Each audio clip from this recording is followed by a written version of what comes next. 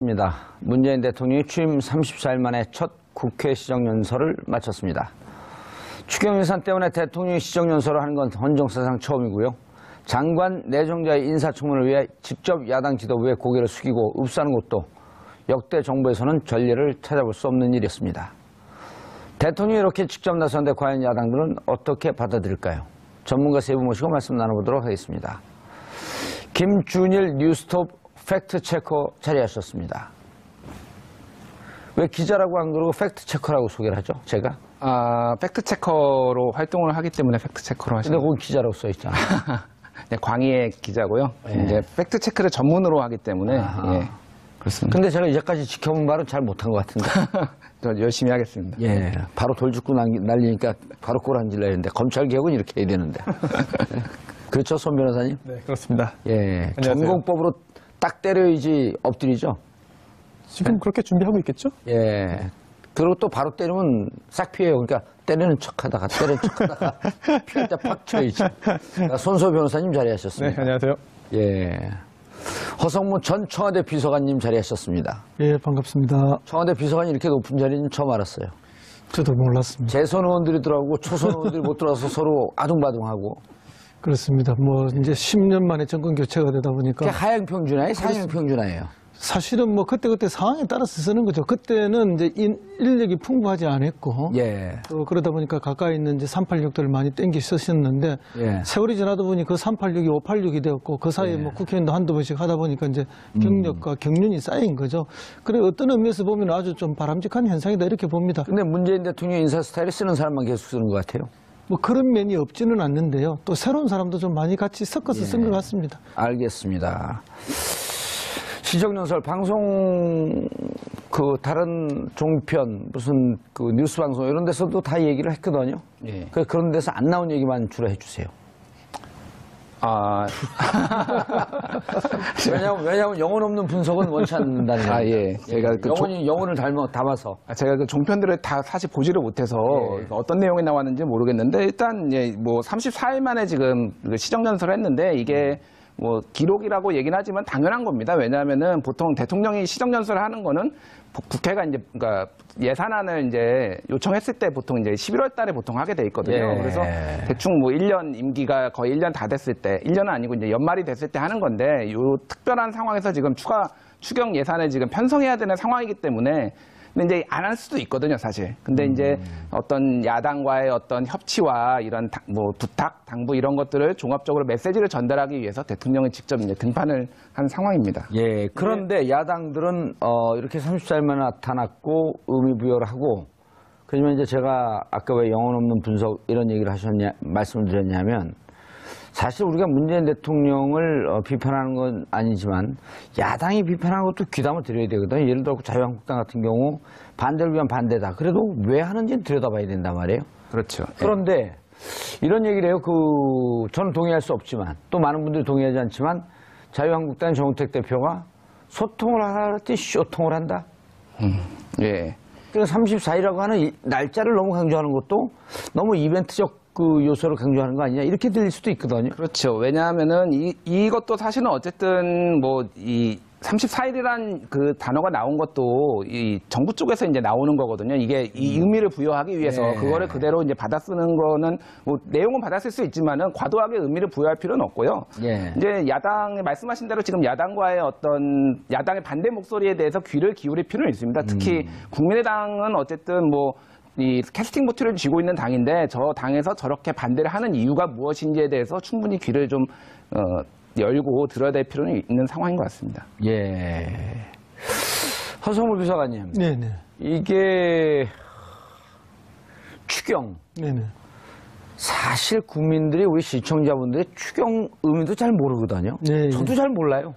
이제 뭐 전 이 예산 통과할 때 맨날 국회에 앉아서 졸아갖고 그리고 또 땡땡이 치고 나가서 놀든지. 그럴 이해 없으시겠지만 이제 뭐 재미있다고 그렇게 말씀을 하셨는데 실제 이제 우리가 예산은 이제 가을에 9월까지 국무회의 의결을 해갖고 국회에 넘기면은 내년도 본 예산 전체를 짜서 보냅니다. 그래서 연말까지 이제 통과를 시키는데 그 예산으로 했지만 그 위에 새로운 상황이 돌발 상황이 일어나지 않습니까? 예. 그러면 이제 그 돌발 상황에 대비하기 위해서 국가재정법상의 추가 경정 예산을 짜도록 되어 있습니다. 아, 그 이제 그게 추가 예산인 거죠? 예, 올- 추가 올해. 예. 예, 추가되는 예산인데 경정은 무슨 뜻이에요? 바꾸는 고친다는. 네.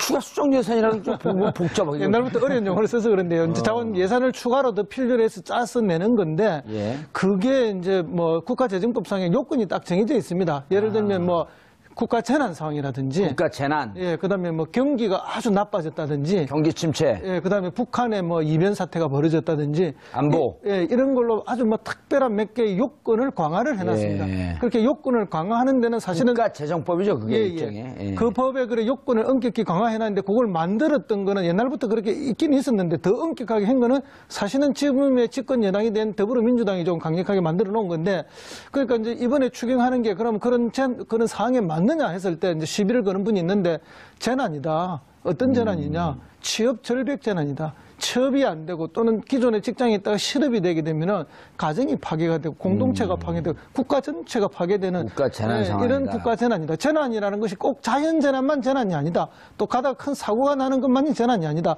정말로 이 취업이 안 돼서 실업의 사태로 벌어지는 이 국가의 위기 상황이야말로 진짜 재난 중에 재난이고 그렇기 때문에 지금 사람에 투자해야 된다. 그래서 이제 이 재난을 극복하기 위해서 추경을 했다. 예. 이렇게 지금 이야기하는 거죠. 그런데 손 변호사님, 네. 그러면은 이제 국가재정법 다 들여다 보셨을 텐데, 네. 야당, 특히 자유한국당에서 국가재정법에 규정하고 있는 항목이 아니다. 네, 그렇게 주장하고 있죠. 예. 이게 약간 애매한 부분이 있습니다. 왜냐하면요, 지금 허성모 소장님 잘 말씀해 주신 대로 국가재정법이 총 3가지 요건을 규정하고 있거든요. 예, 국가재난, 경기 침체, 안보. 그거보다 좀 더 넓습니다, 범위가. 예. 첫 번째가 전쟁이나 대규모 재해고요. 어허. 네, 이거는 뭐 해당이 안 되죠. 전쟁이나 대규모 재해. 재해는 포함이 안 되니까 엄밀히 볼 때. 전쟁과 네. 재해. 그리고 그 다음이 법령에 따라 국가가 지급해야 하는 지출이 발생하였거나 증가하는 경우. 이것도 뭐 법령이 바뀐 게 없으니까 해당 안 될 겁니다. 예. 그렇다면 마지막 남은 가능성이 요거 하나인데요. 경기 침체, 예. 대량 실업, 남북 관계의 변화, 경제 협력과 같은 대내외 여건의 중대한 변화가 발생한 경우입니다. 예. 이게 집권 여당 그리고 청와대에서 보기에는 정부에서 보기에는 이거 봐라. 경기 침체, 대량 실업으로 인한 중대한 변화가 이미 발생했다. 아니면 발생할 우려가 있는 경우도 여기 적혀 있거든요. 적어도 지금 현재 발생하지 않았다고 하더라도 예. 발생할 우려는 있는 거 아니냐라고 본다면 국가재정법상의 요건을 충족하기 때문에 문제가 없는 것이고요. 예. 반대로 자유한국당 같은 경우에는 여기에 포함 안 된다고 하는 것인데 물론 법조문의 어떤 해석에 대해서 이견이 있으면 결국은 법원으로 가게 되는데요. 하지만 정치권에서의 이런 법 해석 논란은 법원으로 가지는 않습니다. 법원으로 예. 가도 예. 법원에서 이제 해석을 안 해주죠. 그렇다면 결국은 정치적인 문제로 치환되기 때문에 정치적으로 파악해야 되는데. 결국은 정치적인 문제는 정치인들이 풀어야 되는 것이죠. 예. 자, 자유한국당 의원들은 항의 표시로 자신 모니터에다가 인사 실패, 협치 포기, 문재인 정부 각성하라. 예. 인사 실패? 아직 인사 실패인가요? 이제 뭐 취임 한 달밖에 안 됐는데 인사 실패라고 규정할 수는 없겠지만은 자유한국당이 보기에는 어쨌든 적격한 후보자가 나오지 않고 있기 때문에 인사 실패라고 이제 뭐 코드 인사 뭐 이런 말을 쓰면서 쓰고 있는 것 같고요. 어쨌든 뭐 오늘 태도가 이제 박수도 전혀 치지 않고 그래서 좀 약간 어떤 너무 대통령이 얘기를 하는데 뭐 너무 좀 예의가 없는 거 아니냐 이런 얘기도 나오긴 했습니다. 어찌됐든 지금 자유한국당은 기본적인 어떤 스탠스가 야당으로서의 어떤 그 잃어버렸던 지지자들을 규합하는 게 목적이기 때문에 뭐 어쨌든 반대를 하는 거는 그 당의 입장에서 보면 굉장히 당연한 것 같고요. 예. 이제 문제는 이제 캐스팅 보트를 쥐고 있는 국민의당이죠, 사실은. 그런데 국민의당 넘어가기 전에 예. 정우택 원내대표는 국회의장 여야 원내대표 회동에도 참석하지 않았어요. 예, 그렇습니다. 아니, 반대를 할 거면 가서 자기 주장을 해야 되는 거 아니에요? 이게 뭐 하는 거죠, 이건? 원칙적으로 보면은 가서 이제 그 얘기를 듣는 게 맞는데, 그러니까 자기 주장을 해야 될 자기들의 거 아니에요. 주장이 전혀 반영이 안 되기 때문에 지금 상황에서는 얘기 들을 가치도 없다라는 이제 그런 그 스탠스를 취하고 있는 것이죠. 예. 허 소장님, 네네. 오늘 그 강경 문제는 그 연설에서는 포함되지 않았는데, 그렇죠. 예. 결국 지금 우리 팩트 체커 김준일 팩트 체커께서 말씀하셨듯이 국민의당의 입장이 국민의당은 강경화는 안 된다는 거죠. 예, 지금 전반적 분위기는 국민의당 분위기는 강경화는 안 된다 이렇게 나오고 있고요. 특히 이제 김동철 원내대표님이 아주 강하게 이제 그 주장을 하고 있는데 강경화는 안 된다. 강경하게. 강경화는 안 된다고 이야기를 하고 있죠. 강경화는 안 된다. 그러니까 뭐 동네에 뭐 유람선은 맡길 수 있어도 대형 함정은 못 맡긴다 뭐 이런 비유까지 해가면서 이야기를 하는데 이거는 이제 국민의당의 이제 일부 뭐 사실은 이제 강경화 의원이 개인적으로 약점이 있는 건 사실이지 않습니까? 그렇지만 또 강경화 의원을 임명해야 될 큰 상징성에 이런 거 비춰볼 때 두 가지를 형량을 했을 때 이제 과연 그게 옳은가 하는 이런 지적이 있는 건 사실인데 국민의당 내부도 복잡해요. 호남을 중심으로 하는 중진 의원들하고 또 수도권의 뭐 또 소장파 의원들 이런 분들 사이에 이제 이렇게 의견이 엇갈리는 건 사실입니다. 그래서 어떻게 엇갈리나요? 호남을 기반으로 하는 중진 의원들은 해줘야 된다는 거죠. 그리고 협조할 건 협조해줘야 된다는 것이고 또 젊은 소장파 의원들은 뭐 그러면 우리가 뭐냐 야당으로서 위치가 뭐냐 이렇게 이제 강력하게 항의를 하면서 큰 목소리를 내니까 이제 지금 뭐 국민의당이지. 그 목소리 좀 썰려가는 그런 분위기가 있는데 그래서 이제 저기 비대위원장 맡고 있는 그 박주선 의원이 준여당 이야기를 하지 않았습니까?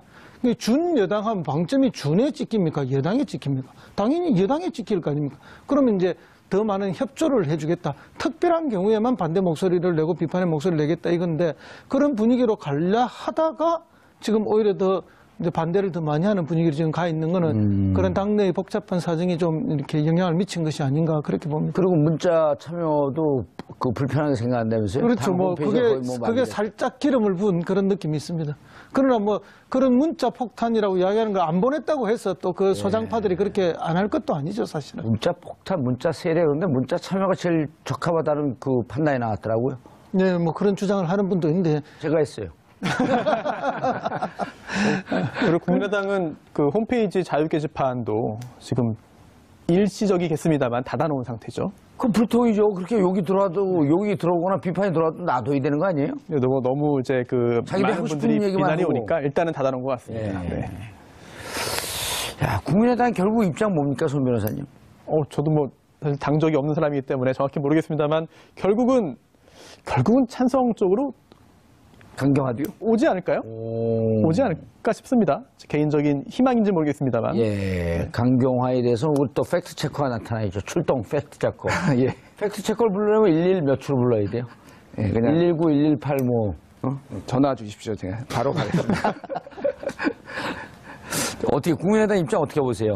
취재가 됐을 거 아니에요? 예, 일단 그 강경화 후보자, 그러니까 지금 핵심은 강경화 후보자가 됐거든요. 어찌됐든 국민의당 강경화 후보자가 됐는데 이거가 지금 그러니까 오늘 대통령까지 나서서 이렇게 얘기를 했지만은 이제 청와대 입장에서 보면은 대통령이 나서서 했다라는 거는 결국 이제 우리가 할 거는 다 했다. 여기서까지 안 되면은 더 내밀 카드가 없다라는 마지막에 사실은 등판하는 것이라서 그래서 이제 청와대 입장은 그런 것이고 근데 국민의당은 이제 납득이 안 된다는 거죠. 어쨌든 물러설 명분이 대통령만 어떤 그 요청만으로는 안 되고 강경화가 부적격자인 건 맞기 때문에 그래서 어떤 출구 전략을 지금 그 요청을 이제 이게 그러니까 이제 암묵적으로 요청을 한 상황이고 그러니까 합의를 하고 다른 김상조 후보자나 청문회 보고서를 채택을 하고 싶어도 지금 이 강경화 때문에 안 된다라는 어떤 기류가 지금 형성이 돼 있기 때문에 일종의 이제 출구 전략이 그러니까 그 국민의당과 민주당 간에 좀 그 협상이 좀 필요한 것이 아니냐 이제 이런 얘기들이 나오고 있습니다. 예. 그리고 그런데 전직 10명의 언젠가 그 YS 정부 때부터 외교부 장관을 지낸 분 10분들. 예, 한승조 장관부터. 예, 송민순까지. 예. 능력 있다. 예. 라고 연명을 하고 서명을 하고 제출했잖아요. 근데 송민순 장관 같은 경우는 지난번에 문재인 대선 후보와 설전을 벌였었어요. 회고록에서 이제 문제가 됐어요. 그렇죠. 회고록 해갖고 북한 인권법 찬성이냐 반대냐 갖고 북한은 물어본 당사자다. 라고 하면서 이제 문재인 후보를 흠집 내게 했었는데 그 문제 여기 포함했어요? 저도 굉장히 이례적이라고 굉장히 좀 이해가 안 되는 사실 이 부분은 취재는 안 됐는데요. 어쨌든 외교부 장관들끼리 제가 전해 들은 얘기로는 외교부 장관들끼리 이제 어떤 서로 소통을 하면서 예. 이 대승적인 차원에서 지금 외교가 지금 굉장히 급박한 상황인데 한미 정상회담도 앞두고 있고 그래서 이거는 이제 정부를 밀어줘야 되는 것 아니냐라는 어떤 공감대가 형성된 네. 것으로 알고 있습니다. 저 뭐 인후 보증을 쓴 거죠. 우리가 옛날에 은행에 빚 낼 때 보증인이 없으면 빚을 안 주지 않습니까? 그랬던 것처럼 사실은 이제 강경화 후보에 대해서 전직 외교장관 10명이 우리가 과거에 같이 일하고 경험해 보니까 예. 외교장관을 하고도 남을 만큼 충분한 능력이 있다. 좀 해주세요. 이런 거고 그렇다고 해서 뭐 야당이 예 좋습니다 해드릴게 이건 아니죠. 다만 이것은 국민들에게 오히려 호소하는 것이기 때문에 사실은 이게 나오고 나서부터 국민들의 여론이 확 반전된 건 사실입니다. 아니 그런데 이 10명 중에 YS 예를 들어 김대중 노무현 대통령 시절 때 장관에 있을 터인데 이명박근혜 정권 때 장관도 들어가 있나요? 예, 이명박까지 들어있죠. 예, 오, 이명박 이명박까지요? 예, 예. 야, 그 유명한 장관은 이명박 때 외교부 장관을 하셨지 않습니까? 누가요? 유명한 장관. 유명한 그분도 들어가 있어요? 예, 예, 예. 유명한 분이신가 봐요. 그러니까 이제 이런 분들이 뭐 정권을 떠나서 뭐 그렇게 10분이 넘는 분, 10분이나 되는 분들이 서명을 하고 뭐 이렇게 연명을 한다는 게 그 누가 시켜서 되는 일이 아니지 않습니까? 자기들이 공감이 있었기 때문에 가능한 일이고. 거기 근데 이제 제가 오늘 다른 방송에서 과거 새누리당이었던 그 전 직원들을 모셔놓고 얘기를 들어봤더니 다 청와대 작업이다. 또 이렇게 얘기를 해요. 청와대가 뭐 작업한다고 이 사람들이 뭐 작업에 응해줄 사람은 아니고 자기들이 그 공감이 되기 때문에 그러니까 하는 나도 거죠. 그게 공감이 없이 장관까지 했는데 뭐가 좋겠어요. 뭐 차라리 뭐 저기 반기문 전 총장이 부탁을 해서 했다면 그 개연성이 좀 있을 수도 있겠지만 그건 우리가 알 수가 없는 일이고요. 어쨌든 적어도 뭐 그 외교 라인들은 자기들끼리 늘 그 유대감을 갖고 계신 것들 아닙니까? 그런 사이에 공감을 가지고 이렇게 했는데 외모시 보고 또 외교부에서 오랫동안 같이 근무를 했었기 그렇죠. 때문에. 뭐 강경화 후보자는 사실은 뭐 외무고시는 안 했지만 외교부에 특채돼서 외교부에서 같이 일을 했지 않습니까? 예. 또 유엔에 가 있는 동안 끊임없이 국내 외무장관들하고 소통을 했던 사람이고 그러다 보니까 이제 막 그런 평판이 나왔던 거고 예. 그것은 이제 국민들의 여론을 좀 반전시키는 데는 크게 도움이 됐다. 아, 반전이 됐어요, 많이? 그렇습니다. 그 전만 해도 조금 부적절 의견이 약한데 높았거든요. 예. 그런데 이제 그 이후에 지금 의견이 거꾸로 뭐 옳다. 뭐 해줘도 된다는 찬성률이 거의 2배로 높아지는 완전 반전이 구별화 된 데도 있고 한 10몇 프로가 높은 데도 있고. 반전이 일어난 거죠. 예. 네. 지금 이 10명의 전직 외교부 장관들이 성명 발표했는데요. 예. 그 성명의 제목이 좀 인상적입니다. 국회에 간청드립니다. 라고 시작하거든요. 아, 국회 간청드립니다. 이게 국민들에게 하는 것도 아니고 국회에 간청하는 글이었습니다. 국민들은 이미 동의하고 있는데 당신들은 왜 이걸 반대하고 있냐? 그렇습니다. 그리고 또 이제 자유한국당의 그 모 의원이 강경화 후보자의 장관 임명에 반대하면서 깜이 아니다라는 그런 표현을 썼습니다. 예. 이게 결국 자격이 없다, 능력이 없다라는 그런 뜻이 아닐까 싶은데 사실 우리가 이제 시체말로 깜냥이 되냐 안 되냐 할 때. 그렇습니다. 이제 물론 그 국회의원들, 뭐 전직이든 현직이든 다 능력 있으신 분들이고 인선에 대해서 평가할 만한 충분한 자격이 있는 분들입니다만 예. 그래도 공직자의 예. 특히나 그 외교 전문 공무원을 평가할 수 있는 능력은 정말 그 전에 장관을 했던 분들이 더 뛰어날 거거든요. 아. 네, 특히나 이제 그 도덕성이나 이런 것에 대한 그런 평가와 별개로 공무원에 대한 공직자로서의 어떤 능력 평가는 그 전에 장관을 했던 분들이 더 잘할 텐데. 장관 수행 능력. 그렇습니다. 이분들이 적임자라고 생각한다라는 표현을 썼고요. 그리고 네, 적임자. 역량과 자질을 충분히 갖췄다고 판단됩니다라고 했습니다. 예. 그리고 조속히 강 후보자가 외교장관으로 임명되어서 예. 주요 외교 일정을 성공적으로 수행할 수 있기를 바랍니다. 마지막, 예. 우리나라의 국익수호 차원에서 강 후보자에 대한 임명 여건을 조속히 마련하여 주실 것을 간청드립니다. 국회에. 라고 말했습니다. 이런 게 굉장히 여론에 큰 영향을 미친 것 같고 또 하나가 간단히 말씀드리면 위안부 피해자 할머님들 계시잖아요. 예. 이 위안부 피해자 할머님들이 일본군 성노예. 네네. 강경화 후보자가 장관으로 임명되어야 한다는 또 의견도 밝혔거든요. 그렇죠. 그 여러 뭐 기업단체 이런 그 시민사회운동단체에서도 밝혔고. 네, 그렇다면은 물론 야당의 어떤 지적과 반대도 일리가 있고 뭐 귀담아 들어야 됩니다만 현재 여론은 아무래도 뭐 임명을 강행한다 하더라도 크게 뭐 지장이 없지 않느냐 하는 예. 쪽으로 가는 것 같습니다. 알겠습니다. 팩트체커 이제 팩트체커도 들어가야죠. 예. 감이 된다. 깜냥이 된다. 어원은요? 갑자기 얼었습니다. 죄송합니다.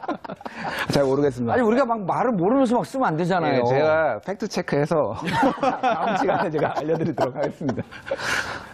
아니, 월요일 오후 좀 나른한 잠이 다 깨네. 감이 된다, 깜냥이 된다. 이게 그 사전 찾지 마시고요. 지금 뭘 찾고 있어요. 깜냥이 표준어네요. 표준어죠. 표준 네. 아니면 안 해요, 저는. 어떤 일을 가늠해 보아 해낼 만한 능력이라고 합니다. 그것을 량은 측량할 때 량자. 아, 그래요? 그럼요. 이게 순우리말이 아니군요. 예. 그래요?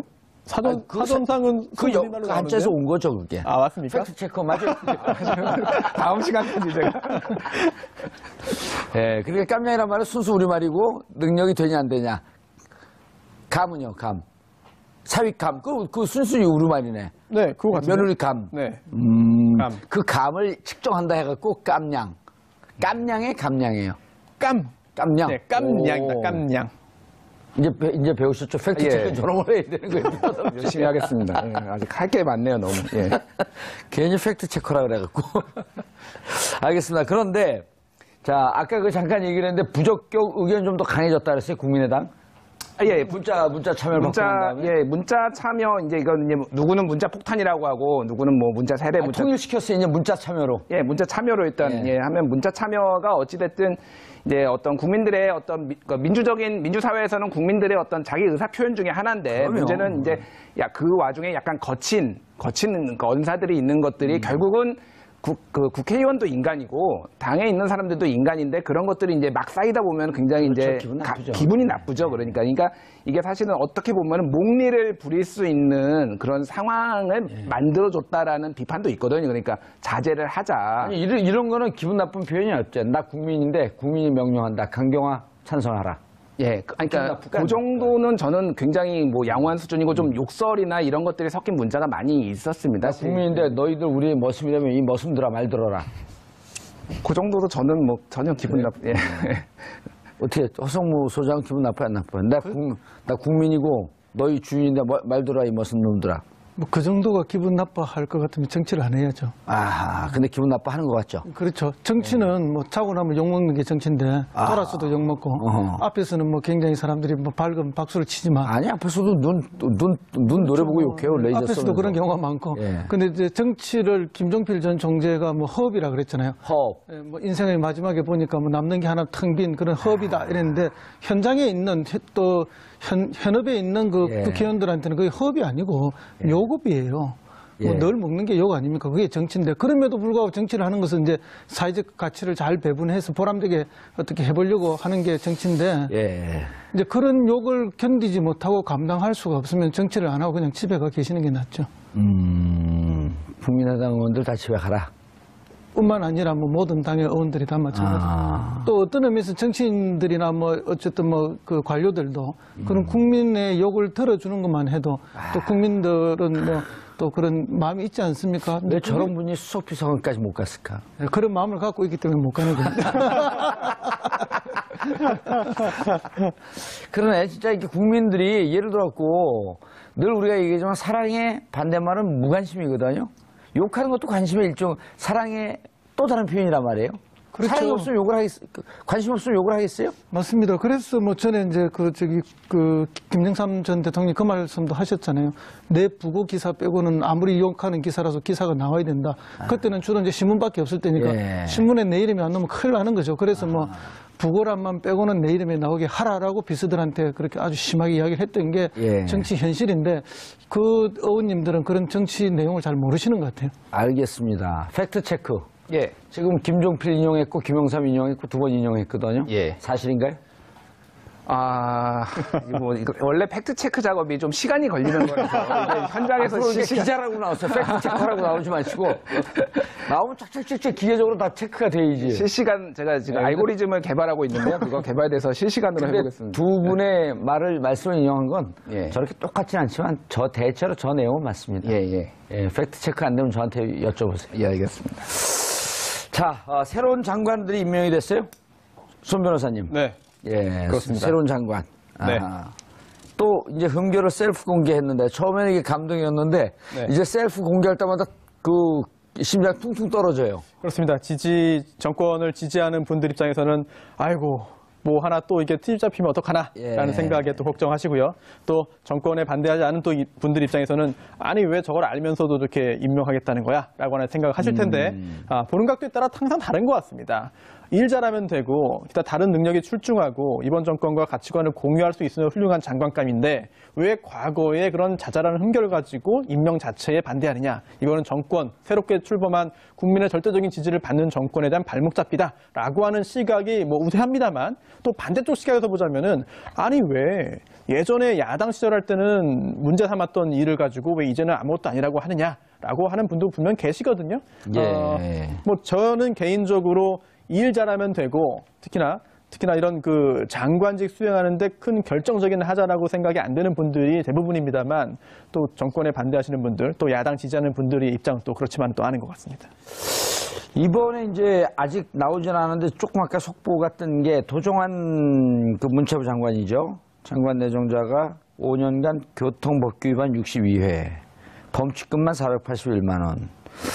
근데 이게 좀 독특하네요. 이게 왜냐면 요즘 지방에 계신 의원들도 차를 갖고 다니면서 그 내비를 틀어놓고 가기 때문에 그걸 다 과속을 안 하고 좀 지키고 다니거든요. 이게 어떻게 이런 일이?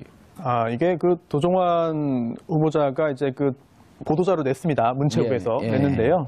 이게 2012년 6월 한 달 동안 집중적으로 발생한 것이라고 합니다. 12년 6월 한 달 동안 집중적으로 발생한 것이라고 하는데요. 예. 직접 운전을 하지는 않았죠. 당연히 운전 담당한 그런 그 직원이 있었습니다. 예. 근데 그 직원이 수행비서가 있었고. 네네, 비서가 고속도로 버스 전용 차로에 대한 규정을 잘못 알았다. 그래서 그 규정을 잘못 알아서 행정적인 그런 규정에 대한 착오로 발생한 것이다. 하지만 그로 인한 그 결정 책임은 이제 그 본인에게 있는 본인의 불찰이다라고 했고요. 그리고 또 규정을 정확히 숙지한 후에는 버스 전용 차로 위반은 없었다. 그리고 또 현재 교통법규 위반으로 인한 미납 과태료도 없다라는 그런 의견을 이제 밝혔습니다. 근데 이게 당시에 최근 5년 동안 총 62회라고 그랬잖아요. 예. 근데 그게 구체적으로 2012년 6월 이해가 되는데 자 운전하시는 분이 버스 전용차로 고속도로 이 규정을 잘 몰랐다. 2012년에 저는 솔직히 그거는 좀 납득이 안 되고요. 이게 그 62회 중에 48회가 지금 그 버스 전용 차선 위반이에요. 예. 그러니까 대부분 버스 전용 차선이 그 대부분 위반이고, 근데 한 달 동안 6월 한 달 동안 48차례가 됐다는 거는 좀 잘 이해가 안 가고요. 어허 이게 뭐지 이게? 이게 그러니까 사실은 예전에 이제 그 재벌가 쪽에서 얘기가 나오는 게 뭐 그러니까 운전하시는 기사한테 이번 달에 서로 얼마가 나왔는지를 경쟁을 시켰다고 합니다. 무슨 얘기냐면은 그거를 벌금을 뗄 정도로 열심히 달리지 않았다라는 얘기예요. 그러니까 본인이 떼는 건 아니니까 운전기사 너 이번 달에는 왜 벌금이 100만 원밖에 안 나왔어? 더 열심히 해야지. 그러니까 위반을 이게 무슨 얘기냐면은 그건 위험해요. 그러니까 위험한 얘기죠. 그럼요. 아니, 지금 기자님께서 위험 말씀하신 것 같아가지고 걱정이 되는데 내용이 막 나오고 전혀 있는데 다른 쪽 네네. 사례를 말씀하신 거예요. 제가 도종환 의원 측에 또 이야기를 좀 전해드리면요. 이게 2012년 6월이면은요. 무슨 뭐 이게 2012년 5월 30일에 19대 국회의원 임기를 시작했습니다. 예. 그래서 도종환 의원이 의원 당선되고 정말 바로 직후예요. 예. 임기 시작하자마자입니다. 그렇다면은 실제로 그 직원이 운전 담당 직원이 교통법규를 제대로 정확히 숙지를 못했다. 이 부분도 납득할 만한 측면이 있습니다. 이해가 왜냐하면 안 되는 바는 아니네요. 임기 중간에 갑자기 뭐 한 것이 아니고요. 예. 임기 처음에 한 달 동안에 집중적으로 이런 일이 있었고 그 후에는 없었거든요. 그렇다고 한다면 물론 모든 교통규칙을 지키지 않은 것에 대해서 변명할 수는 없는 것도 잘못이긴 합니다만 일부러 했거나 아니면은 뭐 알면서 했거나 그런 고의적인 것은 아니고 예. 실제로 그 도종환 의원 측의 후보자 측의 해명처럼 정말 그 관련된 그런 그 직원의 행정적인 착오로 인해서 뭐 교통규칙을 숙지하지 못한 것으로 인해서 발생했을 가능성이 충분히 있지 않나 생각됩니다. 좀 이해가 가긴 하는데 이해할 수 없네요. 그런가요? 예. 검성원님. 어쨌든 그 운전했던 분의 이제 정언이라든지 이런 게 뭐 앞으로 또 나오지 않겠습니까? 그러니까 그렇게 되면 사실 확인, 팩트 체크는 가능할 거라고 보고요. 예. 뭐 어쨌든 저쨌든 이제 뭐 현역 국회의원이 그런 이제 법규 위반이 있었다는 부분은 뭐 어쨌든 예. 국민들에게 그 경위야 어쨌든 뭐 정확하게 사과를 하고 가는 것은 맞다 이렇게 보고요. 저도 뭐 그 과거에 이제 뭐 선거에 출마했을 예. 때 바쁘게 여기저기를 다니다 보면 속도 위반 같은 게 간간히 몇 건이 있어요. 근데 그거 제가 운전하는 건 아니지만 그러나 결국 책임은 제 책임이죠. 그런 경우는 있을 수 있는데 아니 이거는 그때는 버스 우리 적용- 허성무 비서관님이 나왔을 때는 내비도 많이 발달되지 않았고 그리고 이 어디에서 점검한다 이런 게 없었는데 요즘 같은 경우는 이게 정확하게 나오거든요. 그렇죠. 최근은 매우 뭐 정확하게 나오고 예. 있고요. 그런데 이제 어쨌든 그 부분은 뭐 저는 뭐 방금 처음 접하는 소식이라서 정확하게는 모릅니다만은 어쨌든 당사자 운전기사분이 계실 거니까 예. 그 해명이 한번 있어봐야 되겠다는 그런 생각은 같습니다. 아니 이제 이게 예를 들었고 지금 내가 왜 이 말씀을 드리냐면 조대 후보자 고용노동부 장관 후보자는 음주운전 문제가 있는 것으로 검증 과정에서 파악됐다 그랬거든요. 음주운전 우리 그 허비서관님 잘 아시지만 그 정당에서 공천 줄 때 2회 이상이면 공천 그 무자격자 되는 거 아니에요? 그렇죠. 음주운전이 반복돼서 일어나면은 그럼 음주운전 뭐 두 회로 아예, 정당에서 딱 따지잖아요. 그 왜냐면 시켜버리죠. 음주운전은 본인뿐만 아니라 상대방이 사고가 나게 되면 치명적인 위해를 입힐 수 있는 준살인 행위로 보는 경우가 많잖아요. 그렇습니다. 예, 그리고 이제 이분이 음주운전한 거는 뭐 아주 옛날에 과거에 아하. 뭐 그럴 때가 아닌 것 같아요. 그래서 이제 조금 이것도 문제가 되는 건 사실입니다. 그리고 뭐 어쨌든 이 부분도 명쾌하게 사과를 해야 되죠. 근데 뭐 그렇죠. 예, 여러 가지 이제 해명을 내놓았는데 그 해명에 대해서 뭐 이해는 가나 예. 그게 이해가 간다고 해서 뭐 음주운전이 없어지는 건 아니기 때문에 뭐 담백하게 용서를 구하는 게 더 좋지 않나 이렇게 싶습니다. 정용무 후보자, 국방부 장관, 이분도 얘기를 좀 해봐야 될 것 같은데, 가장 방금 전에 들어온 기사는 북한을 북괴라고 부르겠다. 아, 예, 저는 그거는 아직 못 봤습니다. 예. 북괴라고 부르겠다. 그리고 6.15 연평해전을 가장 자랑스럽게 생각한다. 해군 출신 아니에요? 이건 주 북한이 북괴는 맞죠, 헌법상에. 왜냐하면 우리의 그 헌법의 한반도 전체와 그 부속 도서를 우리의 영토로 하고 있는데 예. 우리의 영토 일부를 이렇게 불법 점거하고 있기 때문에 헌법상으로 보면 북괴라는 표현이 틀린 것은 아닙니다. 아, 그렇지만 그런 성격도 있지만 또 동시에 교류 협력과 평화 번영의 길을 가야 될 같은 민족으로서의 성격도 가지고 있고 평화 통일을 위해서 협의해야 되고 또 의견을 나누어야 될 그런 예. 또 대상이기도 하죠. 그런 북한이라는 것은 우리에게 그런 여러 가지 의미로 존재하는 것이기 때문에 그런데 이게 이제 이런 거 아니에요? 지금 우리 허비서관님이 말씀하시는 거는 군사적으로는 적성 국가이고, 그렇죠. 그러고 그다음에 이제 통일부나 이런 다른 외교부에서는 또 평화 통일과 그 대화의 상대이고 이렇게 이중적인 의미가 있는데 그렇습니다. 그래도 군에서조차도 이제는 북괴라는 표현을 안 쓰지 않나요? 잘 안 쓰죠. 그러니까 이제 우리의 영토 일부를 무단으로 주적이라는 개념도 사라졌고. 예, 무단으로 점령해서 괴뢰 정부를 세우고 있다 해서 이제 북괴라 줄여서 북괴라고 하는 거죠. 괴뢰 이제 정부를 하면 누구? 아마도 이제 이 청문회 때문에 걱정이 많이 되셨나 봐요. 조금 과하게 나가신 거 보니까. 그 정확히 이렇게 표현했어요. 북괴라 표현하겠다. 내 인생에서 6.15 연평해전 가장 값지게 생각한다. 허허, 이건 또 이게 뭐예요? 뭐 북괴라는 표현이 뭐 적합하냐에 대해서도 시청자분들께서도 많은 의견이 엇갈릴 것 같은데 이게 과거에 북한 괴뢰군이라고 했던 것은 괴뢰는 그것을 조정하는 그 국가가 있는 거거든요. 소련의 조정을 받는 괴뢰군 이런 개념이었잖아요. 그렇죠. 예. 더군다나 그리고 저쪽에서 우리를 미제 앞잡이 이렇게 표현했고. 그렇습니다. 이제 대리전 양상인 건데 예. 지금 이 후보자가 송 후보자가 북괴 표현을 뭐 계속 쓴 건 아닙니다. 앞에 한번 쓰고 예. 그 다음에 이제 북이라는 표현을 썼습니다. 그러면서 앞으로 뭐 모든 경우에 북괴라는 표현을 쓸 것 같지는 않은데 일단 지금 청문회를 앞두고 본인의 어떤 여러 가지 좀 뭐 불미스러운 일도 몇 가지 있었기 때문에 예. 일단 그 임명까지 좀 몸을 낮추거나 아니면은 이제 국방부 장관이라는 특성을 고려해서 군 내 조직의 반발 또는 또 보수적인 그런 그 언론이나 보수 지지층들의 어떤 그 동의라든지 이런 것들을 염두에 둔 그런 그 표현이 아닌가 싶은데 국방부 장관은 국방부 장관으로서의 지위와 할 일과 그걸 해야 되는 발언들이 있는 것이고요. 또 다른 또 정부 부처의 또 고위 공무원들이라든지 뭐 국무위원들은 또 나름의 또 용어가 있으니까요. 뭐 너무 이 표현 한 번 썼다고 해가지고 이 후보자를 뭐 평가하는 것은 너무 좀 이른 일이 아닌가 싶습니다. 아유, 그렇잖아요. 그게 내로남불이에요. 문재인 후보자 시절에 종북 좌파라 그러면 문재인 지지자들 얼마나 난리 폈어요. 근데 이분이 북괴라고 표현했는데 그걸 그냥 넘어가자. 북이라고 하는 뭐 표현에는 뭐 문제는 문제가 있습니다. 있죠. 요즘 쓰지 않는 용어를 그 옛날에 그럼요. 어쨌든 군사 독재 두 정권이 번째는 북이라고 표현했다면서요. 네, 뭐 대결을 딱 동네 북대가 걱정이네. 대결을 강조하기 위해서 썼던 그런 용어인데 그런 용어를 다시 쓴다는 건 좀 적절치 않은 건 걱정이 되네요. 확실합니다. 팩트 체크. 예. 그 북괴란 표현 몇 번 했어요? 제가 그거는 체크를 못했습니다. 뭘 팩트 체크 되는 게 하나도 없어. 아, 이게 왜냐면 오는 과정에 이제 방송 시작 전에 그게 있어가지고 못했습니다. 네. 네. 그렇게 변명하지 말고 죄송합니다 그래요 그냥. 아니, 죄송합니다. 청문회 하야하겠습니다 그래요. 아, 청문회를 제가 할 문제는 아닌 것 같고요. 저는 청문회 열심히 팩트체크 하겠습니다. 근데 또 알겠습니다. 말씀해 주셨는데 북괴라는 거를 말을 한 거는 사실은 이제 청문회용으로 전략적으로 던진 거고 그게 뭐 공식적으로 이렇게 어떤 군의 백서나 이런 데 쓰인 거는 아니기 때문에 아직 완벽하게 이제 조율이 안 된 상태에서 나온 거기 때문에 큰 문제는 고민이 없을 많으신 모양이네요 진짜. 주로 북이라고 했습니다. 북한도 아니고 북괴도 아니고. 네. 북측. 원래 정식으로는 네. 그 휴전선에서 북측 네네. 남측 이렇게 표현하는데 네, 북이라는 그냥 한 글자로 표현했네요. 예, 그 개념이나 가치가 없는 북. 그렇죠. 북이라는 것 자체만 보자면 오히려 굉장히 가치 중립적인 그런 예. 표현이 될 수 있겠죠.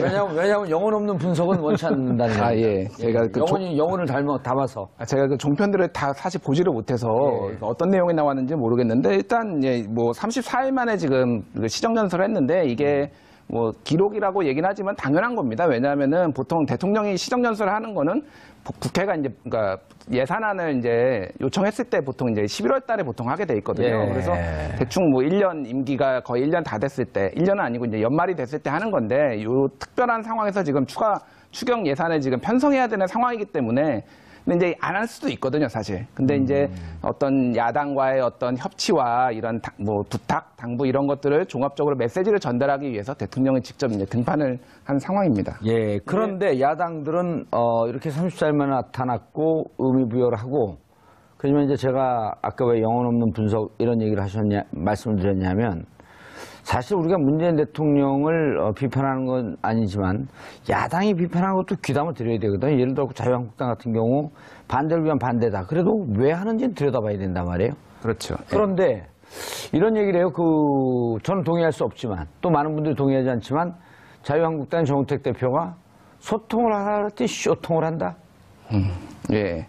그래서 34일이라고 하는 이 날짜를 너무 강조하는 것도 너무 이벤트적 그 요소를 강조하는 거 아니냐 이렇게 들릴 수도 있거든요. 그렇죠. 왜냐하면은 이것도 사실은 어쨌든 뭐 이 34일이란 그 단어가 나온 것도 이 정부 쪽에서 이제 나오는 거거든요. 이게 이 의미를 부여하기 위해서 네. 그거를 그대로 이제 받아 쓰는 거는 뭐 내용은 받았을 수 있지만은 과도하게 의미를 부여할 필요는 없고요. 예. 이제 야당이 말씀하신 대로 지금 야당과의 어떤 야당의 반대 목소리에 대해서 귀를 기울일 필요는 있습니다. 특히 국민의당은 어쨌든 뭐 이 캐스팅 보트를 쥐고 있는 당인데 저 당에서 저렇게 반대를 하는 이유가 무엇인지에 대해서 충분히 귀를 좀 열고 들어야 될 필요는 있는 상황인 것 같습니다. 예.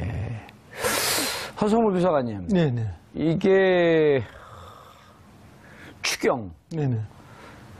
뭐 예의가 없는 거 아니냐 이런 얘기도 나오긴 했습니다. 어찌됐든 지금 자유한국당은 기본적인 어떤 스탠스가 야당으로서의 어떤 그 잃어버렸던 지지자들을 규합하는 게 목적이기 때문에 뭐 어쨌든 반대를 하는 거는 그 당의 입장에서 보면 굉장히 당연한 것 같고요. 예. 이제 문제는 이제 캐스팅 보트를 쥐고 있는 국민의당이죠, 사실은. 그런데 국민의당 넘어가기 전에 예. 정우택 원내대표는 국회의장 여야 원내대표 회동에도 참석하지 않았어요. 예, 그렇습니다. 아니, 반대를 할 거면 가서 자기 주장을 해야 되는 거 아니에요? 이게 뭐 하는 거죠, 이건? 원칙적으로 보면은 가서 이제 그 얘기를 듣는 게 맞는데, 그러니까 자기 주장을 해야 자기들의 될 거 아니에요? 주장이 전혀 반영이 안 되기 때문에 지금 상황에서는 얘기 들을 가치도 없다라는 이제 그런 그 스탠스를 취하고 있는 것이죠. 예. 허 소장님, 네네. 오늘 그 강경 문제는 그 연설에서는 포함되지 않았는데, 그렇죠. 예. 결국 지금 그 우리 팩트체커 김준일 팩트체커께서 말씀하셨듯이 국민의당의 입장이 국민의당은 강경은 안 된다는 거죠. 예, 지금 전반적 분위기는 국민의당 분위기는 강경화는 안 된다 이렇게 나오고 있고요. 특히 이제 김동철 원내대표님이 아주 강하게 이제 그 주장을 하고 있는데 강경화는 안 된다, 강경하게. 강경하게 강경화는 안 된다고 이야기를 하고 있죠. 강경하게 강경화는 안 된다. 그러니까 뭐 동네에 뭐 유람선은 맡길 수 있어도 대형 함정은 못 맡긴다 뭐 이런 비유까지 해가면서 예. 이야기를 하는데 이거는 이제 국민의당의 이제 일부 뭐 사실은 이제 강경화 의원이 개인적으로 약점이 있는 건 사실이지 않습니까? 그렇지만 또 강경화 의원을 임명해야 될 큰 상징성에 이런 거 비춰볼 때 두 가지를 형량을 했을 때 이제 과연 그게 옳은가 하는 이런 지적이 있는 건 사실인데 국민의당 내부도 복잡해요. 호남을 중심으로 하는 중진 의원들하고 또 수도권의 뭐 또 소장파 의원들 이런 분들 사이에 이제 이렇게 의견이 엇갈리는 건 사실입니다. 그래서 어떻게 엇갈리나요? 이제 호남을 기반으로 하는 중진 의원들은 해줘야 입니다. 문재인 대통령이 취임 34일 만에 첫 국회 시정연설을 마쳤습니다. 추경 예산 때문에 대통령이 시정연설을 하는 건 헌정사상 처음이고요. 장관 내정자의 인사청문을 위해 직접 야당 지도부에 고개를 숙이고 읍사는 것도 역대 정부에서는 전례를 찾아볼 수 없는 일이었습니다. 대통령이 이렇게 직접 나섰는데 과연 야당들은 어떻게 받아들일까요? 전문가 세 분 모시고 말씀 나눠보도록 하겠습니다. 김준일 뉴스톱 팩트체커 자리하셨습니다. 왜 기자라고 안 그러고 팩트체커라고 소개를 하죠, 제가? 팩트체커로 활동을 하기 때문에 팩트체커로 근데 하시는 거기 기자라고 써있잖아. 네, 광희의 기자고요. 이제 팩트체크를 전문으로 하기 때문에 아하. 예, 그렇습니다. 근데 제가 이제까지 지켜본 바는 잘 못한 것 같은데. 저 열심히 하겠습니다. 예, 바로 돌직구 날리니까 바로 꼬란질러야 되는데 검찰개혁은 이렇게 해야 되는데. 그렇죠, 손 변호사님? 네, 그렇습니다. 예, 안녕하세요. 전공법으로 딱 때려야지 엎드리죠. 지금 그렇게 준비하고 있겠죠? 예. 그리고 또 바로 때리면 싹 피해요. 그러니까 때리는 척하다가 피할 때 팍 쳐야지. 손소 변호사님 네, 자리하셨습니다. 안녕하세요. 예. 허성무 전 청와대 비서관님 자리하셨습니다. 예, 반갑습니다. 청와대 비서관이 이렇게 높은 자리는 처음 알았어요. 저도 몰랐습니다. 재선 의원들이 들어가고 초선 의원들이 못 들어와서 서로 아둥바둥하고. 그렇습니다. 뭐 이제 10년 만에 정권 교체가 되다 보니까 그게 하향평준화예요? 상향평준화예요? 사실은 뭐 그때 상황에 따라서 쓰는 거죠. 그때는 이제 인력이 풍부하지 않았고 예. 또 그러다 보니까 가까이 있는 이제 386들을 많이 땡기 쓰셨는데 예. 세월이 지나다 보니 그 386이 586이 되었고 그 사이에 뭐 국회의원도 한두 번씩 하다 보니까 이제 경력과 경륜이 쌓인 거죠. 그래 어떤 의미에서 보면 아주 좀 바람직한 현상이다 이렇게 봅니다. 근데 문재인 대통령 인사 스타일이 쓰는 사람만 계속 쓰는 것 같아요. 뭐 그런 면이 없지는 않는데요. 또 새로운 사람도 좀 많이 같이 섞어서 쓴 것 같습니다. 알겠습니다. 시정연설 방송 다른 종편 무슨 뉴스 방송 이런 데서도 다 얘기를 했거든요. 예. 그런 데서 안 나온 얘기만 주로 해주세요. 사실 국민들이 우리 시청자분들의 추경 의미도 잘 모르거든요. 네, 저도 잘 몰라요. 이제 뭐 전 이 예산 통과할 때 맨날 국회에 앉아서 졸아갖고 그리고 또 땡땡이 치고 나가서 놀든지. 그럴 이야 없으시겠지만 네. 이제 뭐 재미있자고 그렇게 말씀을 하셨는데 실제 이제 우리가 예산은 이제 가을에 9월까지 국무회의 의결을 해갖고 국회에 넘기면은 내년도 본 예산 전체를 짜서 보냅니다. 그래서 연말까지 이제 통과를 시키는데 그 예산으로 했지만 그 위에 새로운 상황이 돌발 상황이 일어나지 않습니까? 예. 그러면 이제 그 돌발 상황에 대비하기 위해서 국가재정법상의 추가 경정 예산을 짜도록 되어 있습니다. 그 이제 추가 예산인 거죠? 예, 올해. 네. 예, 추가되는 예산인데 경정은 무슨 뜻이에요? 바꾸는. 고친다는. 네. 추가 수정 예산이라는 좀 복잡하게. 옛날부터 어려운 용어를 써서 그런데요. 이제 자원 예산을 추가로 더 필요로 해서 짜서 내는 건데 예. 그게 이제 뭐 국가재정법상의 요건이 딱 정해져 있습니다. 예를 들면 뭐 국가 재난 상황이라든지 국가 재난, 예, 그다음에 뭐 경기가 아주 나빠졌다든지 경기 침체, 예, 그다음에 북한의 뭐 이변 사태가 벌어졌다든지 안보. 예, 이런 걸로 아주 뭐 특별한 몇 개의 요건을 강화를 해놨습니다. 예. 그렇게 요건을 강화하는 데는 사실은 국가재정법이죠, 그게 예, 일종의. 예. 그 법에 그래 요건을 엄격히 강화해놨는데 그걸 만들었던 거는 옛날부터 그렇게 있긴 있었는데 더 엄격하게 한 거는 사실은 지금의 집권 여당이 된 더불어민주당이 좀 강력하게 만들어 놓은 건데 그러니까 이제 이번에 추경하는 게 그럼 그런 사항에 맞느냐 했을 때 이제 시비를 거는 분이 있는데 재난이다. 어떤 재난이냐? 취업 절벽 재난이다. 취업이 안 되고 또는 기존의 직장에 있다가 실업이 되게 되면은 가정이 파괴가 되고 공동체가 파괴되고 국가 전체가 파괴되는 국가 재난 상황이다. 이런 국가 재난이다. 재난이라는 것이 꼭 자연 재난만 재난이 아니다. 또 가다가 큰 사고가 나는 것만이 재난이 아니다. 정말로 이 취업이 안 돼서 실업의 사태로 벌어지는 이 국가의 위기 상황이야말로 진짜 재난 중에 재난이고 그렇기 때문에 지금 사람에 투자해야 된다. 그래서 이제 이 재난을 극복하기 위해서 추경을 했다. 예. 이렇게 지금 이야기하는 거죠. 그런데 손 변호사님, 네. 그러면은 이제 국가재정법 다 들여다보셨을 텐데, 네. 야당, 특히 자유한국당에서 국가 네. 재정법에 규정하고 있는 항목이 아니다. 네, 그렇게 주장하고 있죠. 예. 이게 약간 애매한 부분이 있습니다. 왜냐하면요, 지금 허성모 소장님 잘 말씀해 주신 대로 국가재정법이 총 3가지 요건을 규정하고 있거든요. 예, 국가 재난, 경기 침체, 안보. 그거보다 좀 더 넓습니다, 범위가. 예. 첫 번째가 전쟁이나 대규모 재해고요. 어허. 네, 이거는 뭐 해당이 안 되죠. 전쟁이나 대규모 재해. 재해에는 포함이 안 되니까 엄밀히 볼 때. 전쟁과 네. 재해. 그리고 그 다음이 법령에 따라 국가가 지급해야 하는 지출이 발생하였거나 증가하는 경우. 이것도 뭐 법령이 바뀐 게 없으니까 해당 안 될 겁니다. 예. 그렇다면 마지막 남은 가능성이 요거 하나인데요. 경기 침체, 예. 대량 실업, 남북 관계의 변화, 경제 협력과 같은 대내외 여건의 중대한 변화가 발생한 경우입니다. 네. 이게 집권 여당 그리고 청와대에서 보기에는, 정부에서 보기에는 이거 봐라. 경기 침체, 대량 실업으로 인한 중대한 변화가 이미 발생했다. 아니면 발생할 우려가 있는 경우도 여기 적혀 있거든요. 적어도 지금 현재 발생하지 않았다고 하더라도 예. 발생할 우려는 있는 거 아니냐라고 본다면 국가재정법상의 요건을 충족하기 때문에 문제가 없는 것이고요. 예. 반대로 자유한국당 같은 경우에는 여기에 포함 안 된다고 하는 것인데 물론 법조문의 어떤 해석에 대해서 이견이 있으면 결국은 법원으로 가게 되는데요. 하지만 정치권에서의 이런 법 해석 논란은 법원으로 가지는 않습니다. 법원으로 예. 가도 법원에서 이제 해석을 안 해주죠. 그렇다면 결국은 정치적인 문제로 치환되기 때문에 정치적으로 파악해야 되는데. 결국은 정치적인 문제는 정치인들이 풀어야 되는 것이죠. 예. 자, 자유한국당 의원들은 항의 표시로 자기 모니터에다가 인사 실패, 협치 포기, 문재인 정부 각성하라. 예. 인사 실패? 아직 인사 실패인가요? 이제 뭐 취임 한 달밖에 안 됐는데 인사 실패라고 규정할 수는 없겠지만은 자유한국당이 보기에는 어쨌든 적격한 후보자가 나오지 않고 있기 때문에 인사 실패라고 이제 뭐 코드 인사 뭐 이런 말을 쓰면서 쓰고 있는 것 같고요. 어쨌든 뭐 오늘 태도가 이제 박수도 전혀 치지 않고 그래서 좀 약간 어떤 너무 대통령이 얘기를 하는데 뭐 너무 좀